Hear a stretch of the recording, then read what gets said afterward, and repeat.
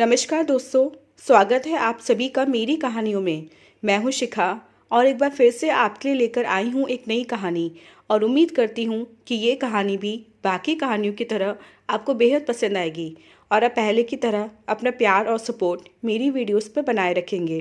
कहानी पसंद आए तो चैनल को सब्सक्राइब करना मत भूलिएगा। तो चलिए अपनी आज की कहानी शुरू करते हैं। घर में घुसते ही चंद्रिका के बिगड़े बिगड़े से तेवर देख रवि भापने लगा था कि आज कुछ हुआ है, वरना रोज मुस्कुराकर स्वागत करने वाली चंद्रिका का चेहरा यूं उतरा हुआ ना होता। लो, दीदी का पत्र आया है। चंद्रिका के बड़े हुए हाथों पर सरसरी सी नजर डाल रवि बोला। रख दो, जरा कपड़े वपड़े तो बदल लूं। पत्र कहीं भागा जा रहा है क्या? चंद्रिका की हैरत भरी नजरों का मुस्कुराहट से जवाब देता हुआ रवि बाथरूम में घुस गया। चंद्रिका के उतरे हुए चेहरे का राज भी उस पर खुल गया था। रवि मनी मन सोचकर मुस्कुरा उठा। सोच रही होगी कि आज मुझे हुआ क्या है। दीदी का पत्र हर बार की तरह झपटकर जो नहीं लिया। हर साल गर्मी की छुट्टियों में दीदी के आने का सिलसिला बहुत पुराना था, परंतु विवाह के 5 वर्षों में शायद ही ऐसा कभी हुआ हो जब उनके आने को लेकर चंद्रिका से उसकी जोरदार तकरार न हुई हो। बेचारी दीदी, जो इतनी आस और प्यार के साथ अपने इकलौते छोटे भाई के घर थोड़े से मान और सम्मान की आशा लेकर आती थीं, चंद्रिका के रूखे बर्ताव व उन दोनों के बीच होती तकरार से अब चंद दिनों में ही लौट जाती थीं। दीदी से रवि का लगाव कम होता भी तो कैसे। दीदी 10 वर्ष की ही थीं जब माँ रवि को जन्म देते समय ही उसे छोड़ दूसरी दुनिया की ओर चलती थीं। दीदी ना होती तो मेरा क्या होता, यह सोचकर ही उसकी आंखें भर उठती। दीदी उसकी बड़ी बहन बाद में थी, माँ जैसी पहले थी। कैसे भूल जाता रवि बचपन से लेकर जवानी तक के उन दिनों को, जब कदम कदम पर दीदी ममता और प्यार की छाया ले उसके साथ चलती रही थी। दीदी तो विवाह भी न करती, परंतु रिश्तेदारों के तानों और बेटी की बढ़ती उम्र से चिंतित पिताजी के चेहरे पर बढ़ती झुर्रियों को देखने के बाद रवि ने अपनी कसम देकर दीदी को विवाह के लिए मजबूर कर दिया था। उनके विवाह के समय वह बीए में आया ही था। विवाह के बाद भी बेटे की तरह पाले भाई की तड़प दीदी के अंदर से गई नहीं थी। उसकी जरा सी खबर पाते ही दौड़ी चली आती। वह भी उनके जाने के बाद कितना अकेला हो गया था। यह तो अच्छा हुआ कि जीजाजी अच्छे स्वभाव के थे, दीदी की तड़प समझते थे। भाई बहन के प्यार के बीच कभी बाधा नहीं बने थे। चंद्रिका को भी तो वही ढूंढ कर लाई थी। उन दिनों की याद से रवि मुस्कुरा उठा। दीदी उसके विवाह की तैयारी में बावरी हो उठी थी। ऐसा भी नहीं था कि चंद्रिका को इन बातों की जानकारी न हो। विवाह के शुरुआती दिनों में ही सारी राम कहानी उसने सुना दी थी। विवाह के बाद जब पहली बार दीदी आई थी तो चंद्रिका भी उनसे मिलने के लिए बड़ी उत्साहित थी और स्वयं रवि तो पगला सा गया था। आखिर उसके विवाह के बाद वे पहली बार आ रही थी। वह चाहता था कि भाई की सुखी गृहस्थी देख वे खिल उठें। पति के ढेरों आदेश निर्देश पाकर चंद्रिका का उत्साह कुछ कम हो गया था। वह कुछ सहम सी भी गई थी, परंतु रवि तो अपनी ही धुन में था। चाहे कुछ हो जाए, दीदी को इतना सम्मान और प्यार मिलना चाहिए कि उनकी ममता का जरा सा कर्ज तो वह उतार सके। दीदी के आने के बाद उन दोनों के बीच चंद्रिका कहीं खो सी गई थी। उन दोनों को अपने में ही मस्त पाकर उनके साथ बैठकर स्वयं भी उनकी बातों में शामिल होने की कोशिश करती, पर रवि ऐसा मौका ही न देता। तब वे खींचकर रसोई में घुसकर खाना बनाने की कोशिश में लग जाती। मेहनत से बनाया गया खाना देखकर भी रवि उस पर नाराज हो उठता। यह क्या बना दिया? पता नहीं है, दीदी को पालक पनीर की सब्जी अच्छी लगती है, शाही पनीर नहीं।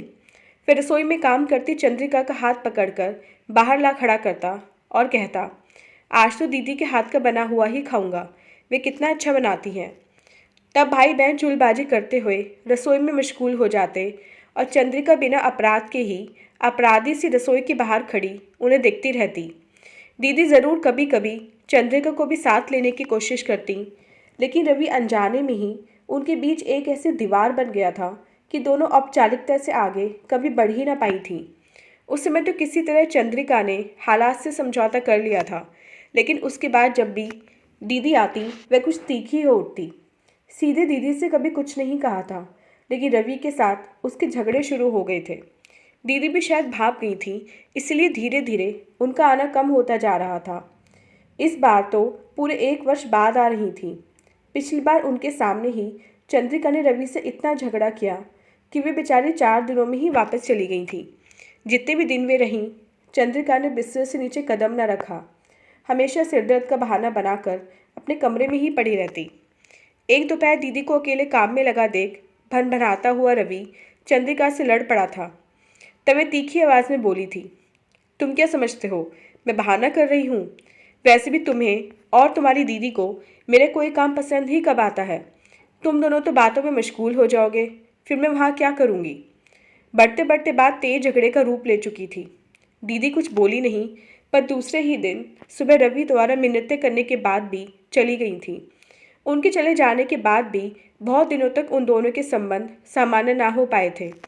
दीदी के इस तरह चले जाने के कारण वह चंद्रिका को माफ़ नहीं कर पाया था।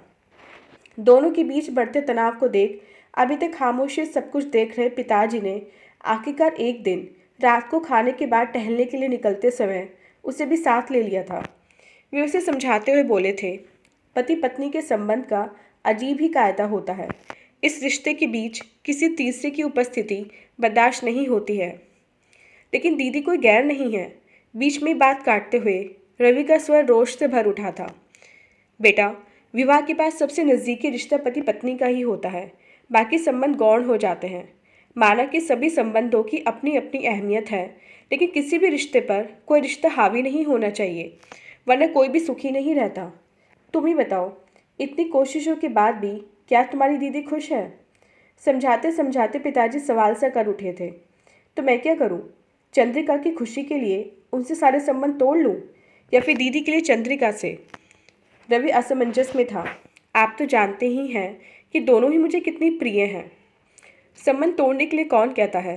पिताजी धीरे से हंस पड़े थे, फिर गंभीर हो बोले, यह तो तुम भी मानते ही होंगे कि चंद्रिका मन से बुरी या झगड़ालू नहीं है। मेरा कितना ख्याल रखती है, तुम्हारे लिए भी आदर्श पत्नी सिद्ध हुई है। फिर दीदी से ही उसकी क्या दुश्मनी है? रवि के इस सवाल पर थोड़ी देर तक उसे गहरी नज़रों से देखने के बाद वे बोले, कोई दुश्मनी नहीं है। याद करो, पहली बार वह भी कितनी उत्साहित थी। इस सब के लिए अगर कोई दोषी है तो वह स्वयं तुम हो। मैं? सीधे सीधे अपने को अपराधी पा रवि अचकचा उठा था। हाँ, तुम उन दोनों के बीच एक दीवार बनकर खड़े हो। कुछ करने का मौका ही कहाँ देते हो? आखिर वह तुम्हारी पत्नी है, वह तुम्हारी खुशी के लिए कुछ भी करने को तैयार रहती है, लेकिन तुम हो कि अपनी बहन के आते ही उसके पूरे व्यक्तित्व को ही नकार देते हो। पिताजी सांस लेने के लिए तनिक रुके थे। रवि सिर झुकाए चुप बैठा, किसी सोच में डूबा सा था। बेटा, मुझे बहुत खुशी है कि तुम्हारी दीदी और तुम में इतना स्नेह है। भाई बहन से कहीं अधिक तुम दोनों एक दूसरे के अच्छे दोस्त हो, पर अपनी दोस्ती की सीमाओं को बढ़ाओ। अब चंद्रिका को भी इसमें शामिल कर लो, यह उसका भी घर है। उसे तय करने दो कि वह अपने मेहमान का कैसे स्वागत करती है। विश्वास मानो, इससे तुम सबके बीच से तनाव और गलत फहमियों के बादल छट जाएंगे और तुम सब एक दूसरे के अधिक पास आ जाओगे। अंदर कितनी देर लगाओगे? चंद्रिका की आवाज़ सुन वह चौंक उठा। अरे, इतनी देर से मैं बाथरूम में ही बैठा हूँ। झटपट नहाकर वह बाहर निकल आया। चाय और गर्मा गर्म नाश्ते की प्लेट उसका इंतज़ार कर रही थी। इस दौरान वे खामोश ही रहे। झूठे कप व प्लेटें समेटती चंद्रिका की हैरत यह देख और बढ़ गई कि रवि पत्र को हाथ लगाए बगैर ही एक पत्रिका पढ़ने लगा है। तुम्हारी तबीयत तो ठीक है? चंद्रिका का चिंतित चेहरा देख अपनी हंसी को रवि ने मुश्किल से रोका। हाँ, ठीक है। क्यों? फिर अभी तक दीदी का पत्र क्यों नहीं पढ़ा? चंद्रिका के सवाल के जवाब में वह लापरवाही से बोला, तुमने तो पढ़ा ही होगा, खुद ही बता दो क्या लिखा है। वे कल दोपहर की गाड़ी से आ रही हैं। अच्छा, कह वे फिर पत्रिका पढ़ने में मशगूल हो गया। कुछ देर तक चंद्रिका वहीं खड़ी गौर से उसे देखती रही, फिर कमरे से बाहर निकल गई। दूसरे दिन रविवार था। सुबह सुबह रवि को अखबार में खोया पाकर चंद्रिका बहुत देर तक खामोश न रह सकी। दीदी आने वाली हैं, तुम्हें कुछ ख्याल भी है? पता है, अखबार में नज़रें जमाए हुए वे बोला। खाक पता है। चंद्रिका झुंझला उठी थी। कुछ सामान वगैरह लाना है या नहीं? घर तुम्हारा है, तुम जानो। उसकी झुंझलाहट पर वह खुद मुस्कुरा उठा। कुछ देर तक उसे घूरने के बाद पैर पटकते हुई चंद्रिका थैला और पर्स ले बाहर निकल गई। जब वह लौटी तो भारी थैले के साथ पसीने से तरबतर थी। रवि आश्चर्यचकित था। वह दीदी की पसंद की एक एक चीज़ छाट कर लाई थी। दोपहर के खाने में क्या बनाऊं? सवालिया नज़रों से उसे देखते हुए चंद्रिका ने पूछा, तुम जो भी बनाओगी लाजवाब ही होगा, कुछ भी बना लो। रवि की बात सुन चंद्रिका ने उसे यूं घूर कर देखा जैसे उसके सिर पर सींग उगाए हों। दोपहर से काफ़ी पहले ही वह खाना तैयार कर चुकी थी। रवि की तेज नज़रों ने देख लिया था कि सभी चीज़ें दीदी की पसंद की ही बनी हैं।